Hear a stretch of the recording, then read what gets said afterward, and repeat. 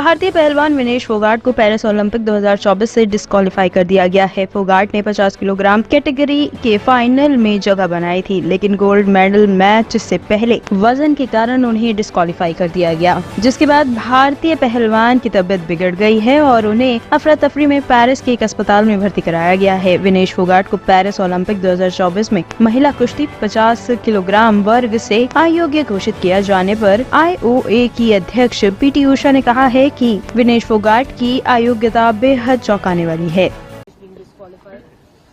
Actually, they'll go on rules only, but we have done from our part. We have done our best through world, through that wrestling federation, and then even I am going to meet the world wrestling federation president also just now.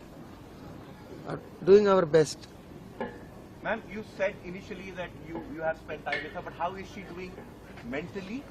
Mentally, how is she? Has she sort of been able to get back to how she was, or it's very devastating for her, and you have psychologists and everyone around her at the moment? So I met her and she was so strong, na. That is why she could do there, and even from there also she's strong, but she's done her best, I think, to reduce the weight. What I felt. Best, but even for hair also they are cut, no. बरसों की मेहनत होती है, physical मेहनत होती है, मानसिक रूप से भी एक खिलाड़ी को बहुत ऊंचाई और गिराई, बहुत ऊंचाई से गुजरना पड़ता है, बहुत तरह की चुनौतियां उनके सामने होती हैं। ये सब करने के बाद हमारी जो रेसलर है वो मुकाबले में उतरी और उन्होंने जिस तरह का मुकाबला करा, उनका पहला मैच ही एक बहुत ही तगड़े खिलाड़ी के साथ था, उन्होंने वहाँ उनको परास्त करा।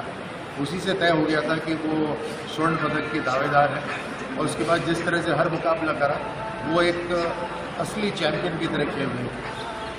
अब इन ओलंपिक खेलों के जो रूल हैं, कायदे कानून हैं, उसके अंदर जो हर रोज़ जो इनकी वेट जो नापा जाता है, उसके अंदर मात्र 100 ग्राम से ऊपर पा गए, तो बहुत दुख की बात है।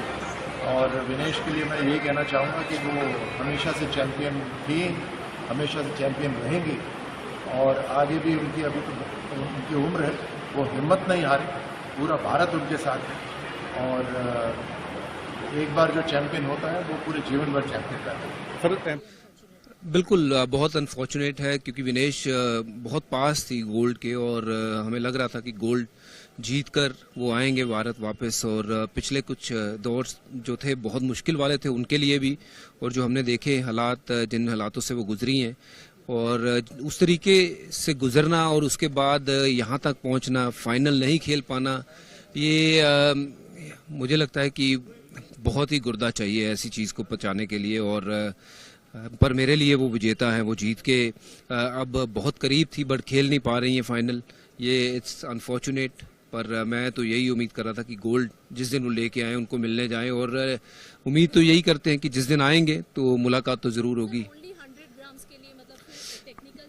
आई नो कि ये बड़ा एक अजीब सा वो है कि सिर्फ 100 ग्राम के लिए एक किसी एथलीट को खेलने नहीं दिया जाता है, और whereas on the other side अगर हम देखते हैं बहुत सारी ऐसी चीज़ें इसी ओलंपिक में हमने देखी है कि महिलाओं के मैच में अगर ट्रांसजेंडर की बात करें तो वो मुद्दा कितना उठा था कि जब वो आपने अलाउ किया है, तो शायद कहीं ना कहीं 100 ग्राम मुझे लगता है कि अगर खेलने का मौका मिल जाता तो विनेश के लिए ये बेस्ट चांस होता गोल्ड जीतने का।